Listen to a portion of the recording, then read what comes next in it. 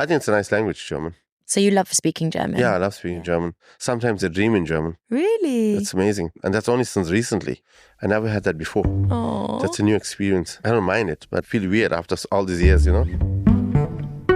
Welcome to One Day in Vienna.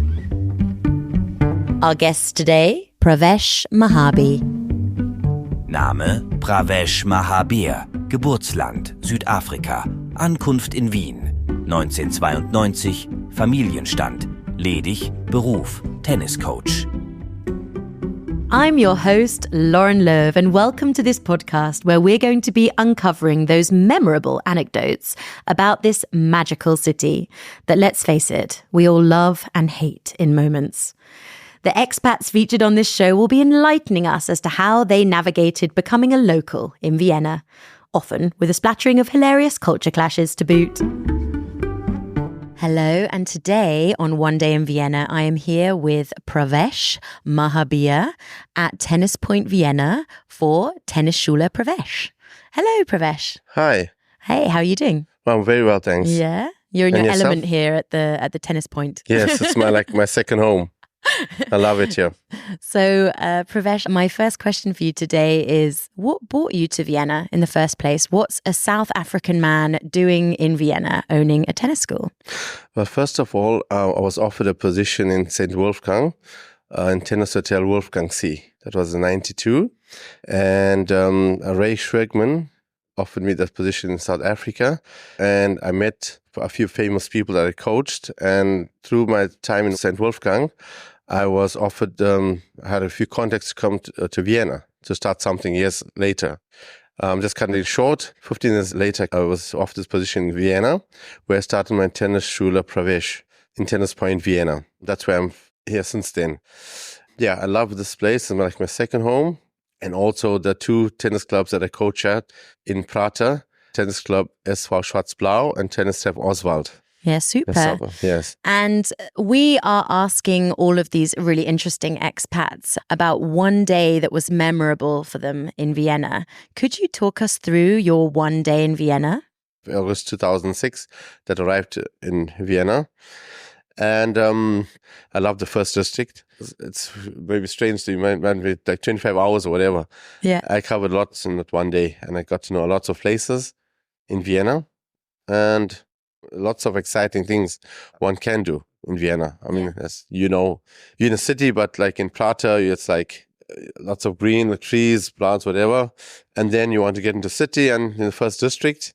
Through my coach, I love cabarets. That's how I came in contact with Casanova. It's in the first district. And I like window shopping. Shopping, and I love Sachertorte, chocolate cake. So, Pravesh, you've been off camera telling us a little bit about an experience you had one day going to your first Viennese ball, and I'm dying to hear it. Die Wiener Balltradition ist ein besonderes kulturelles Erbe.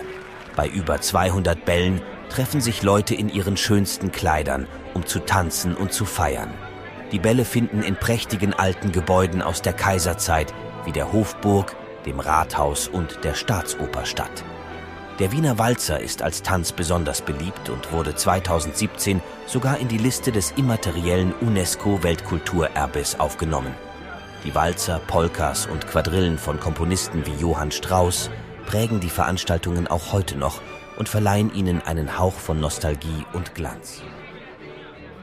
Yeah, that was a really, really exciting, nervous experience because I never went to dancing school, dancing classes. And I was really busy with my coaching Tennis Point and in SV Schwarz-Blau, Tennishotel Oswald. And then it was my 4 p.m. rush, where also I had a smoking, my first smoking, bought the day before. And yeah, my girlfriend helped me with the bow tie and whatever. And now I can do it. So anyway, as I said, I never went to dancing school. I never knew what's awaiting me. And it was in Hofburg. And big ball as I don't know if it said it was Ball. Yeah. And the I met, doctor's ball. Yeah. And I never danced before. And what was interesting, she had a lovely outfit on and I couldn't see her feet. So the thing is, my idea was when she's dancing, I watch how she will lead me, you know? So that was, I had 2 left feet in the beginning. My girlfriend used to do ballet and her outfit was a nice long gold black mixture. Beautiful. And mine was smoking. It's easy for me because smoking every time. And did you feel like a superstar? Yeah, I did. Yeah. You normally see that on TV. I never thought I'd ever go to a ball. So anyway, that was amazing. I mean, that was an out-of-the-world experience, going to this ball from like 8 p.m. with friends until about 3 to 4 in the morning. Really? I mean, I never drank a sip of alcohol, but everything else that was offered there was incredible. The different, saals, the different little halls and different bands playing. I bet you've never seen something like that coming from South Africa. Never, they just ever. Don't have seen that. that on TV and never ever thought I would be invited or what was be invited to this ball. And I mean, I've been to other balls since then, but the Hofburg balls, it's amazing. I was like completely impressed. And that was around 2007. Yeah? Yeah. I mean, I still think of this quite often. This was one of my favorite days. Aww. A tennis ball. And since then I fell in love with balls. And since then I take also dancing classes. Oh, really? So it inspired you to that dance? Really inspired me to dance, yeah. A lot of sportsmen dance actually now. A lot of sportsmen, exactly. It's actually good training, I've heard. Yeah. Because you can really focus, and the more you attend, the more you get to the next level. And you have to really focus like on the tennis court, really concentrate. So now are you the one that's really whizzing everyone around on the dance floor at the balls? Yeah, that's really...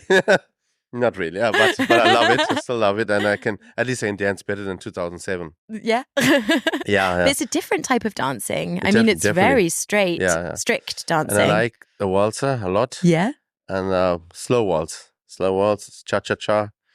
Those are my favorites. Yeah, that's really incredible.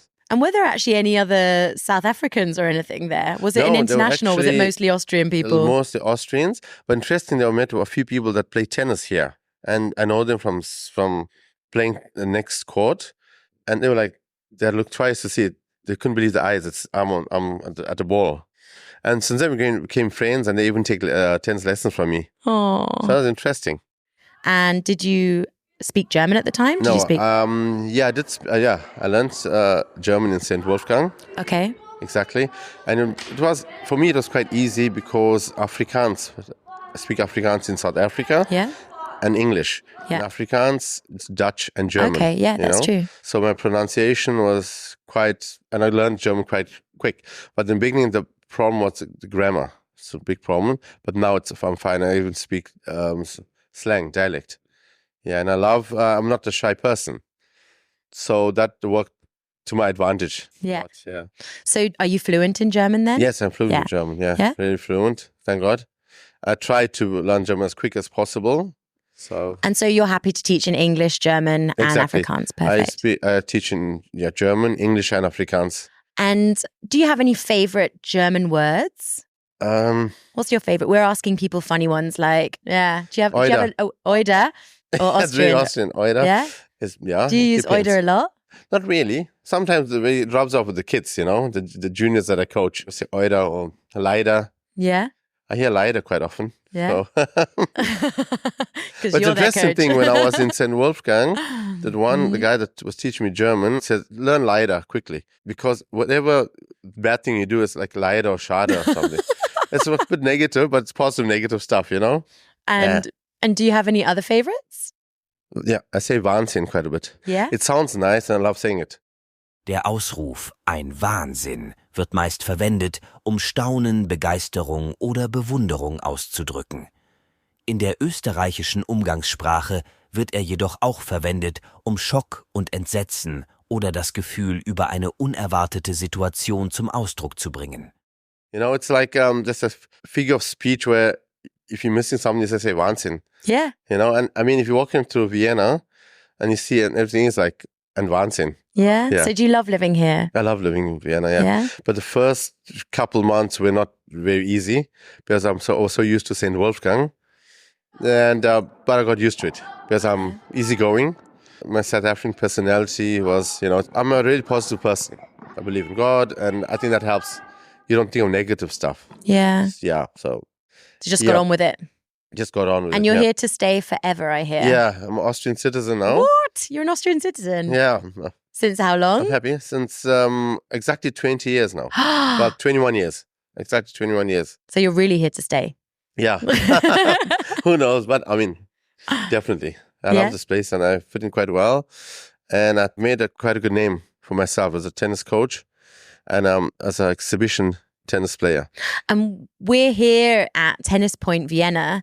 Is this one of your favorite places in the city, or tell us your favorite place? In the city? Yeah. There's a few. I love an Indian restaurant called there's two. There's Indisch. Yes, one of my favorites. Really? Love Indisch. It reminds me of home. I'm from London. And then there's another one called Indian Village. Yeah. It's also really good.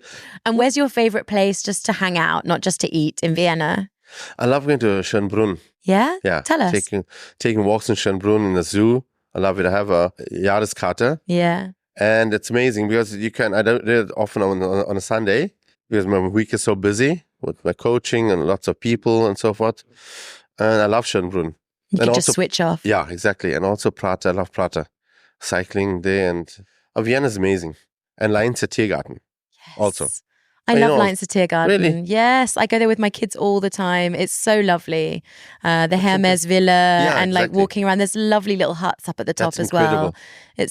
You're in the middle of the city. That's what's incredible. You have so much green. I'm not sure where you grew up in South Africa, but I mean to have this access to green here is just incredible. And you won't believe you're in Vienna, in such a big city when you're there in Schönbrunn or especially Leinzer Tiergarten. Yeah, you're really... I think we've walked together in Leinzer Tiergarten many times. And where I like going a lot in evenings is to Casanova, cabarets.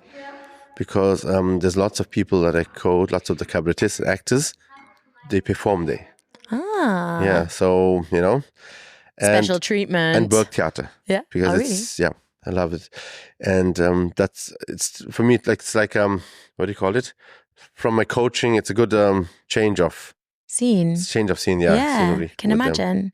But it's all coincidence. Meeting one person, one actor led to another, and and they love how I coach tennis. Are you really hard on your clients? It depends, mixture. If I need to be, I am hard also. And we know that you're a really positive person. We can feel that. But you've been saying that you adapted really, really quickly to living in Vienna. Did you ever have any like culture clashes? Because I'm saying like Indian South African culture is very different from Viennese culture. Did you have like culture clashes when you arrived? Yeah, I actually did, because when I was in St. Wolfgang, every second person greeted you. Everyone greets you. Yeah. And here, like I greeted someone just like subconsciously and said, "Excuse me, do we know each other?" And that was a bit new for me. And I don't know if it's part of a culture clash. And in South Africa, people are extremely friendly. And had you spoken German before you moved to Austria? No, I didn't. I tried to learn 2 or 3 words a day. And what's good is from my time in St. Wolfgang, the Austrians do speak English. And they helped me a lot. And I wanted to learn. But also coached in English when I was in St. Wolfgang. And then later I said, okay, that English phrase is this in German. And I learned that quite quickly. I think it's a nice language, German. So you love speaking German? Yeah, I love speaking German. Sometimes I dream in German. Really? It's amazing. And that's only since recently. I never had that before. Oh. That's a new experience. I don't mind it, but I feel weird after all these years, Yeah, but I love the language and I'm looking forward to speaking English also. But interesting, when I call my brothers and sisters in South Africa, it's like in between, there's a German word that while talking English that creeps in, I have that too. Really, after 15 years here. Yeah. Oh, yeah, 15 years also. Yeah, and I have that. Sometimes I forget the English word for something and I just pop in the German word. And it works out somehow. And, it sounds cool sometimes, And my sister and my brother also, they know a bit of German too, and they loved it. So they understand me, Pravesh, thank you so much for telling us your really, really lovely story today about starting your life in Austria from South Africa. It's lovely to be here. It was my pleasure. Thank you very much too. Thanks. You love Vienna too and want to learn German? Innis Vienna will get you there. Vienna's best language school offers a variety of courses and trainings at different levels, at different times, and at different intensities. All information about Innis Vienna and today's guests can be found in the show notes. And there we also explain all other German words, terms, and Viennese areas from this episode. Thanks for listening. Auf Wiederhören.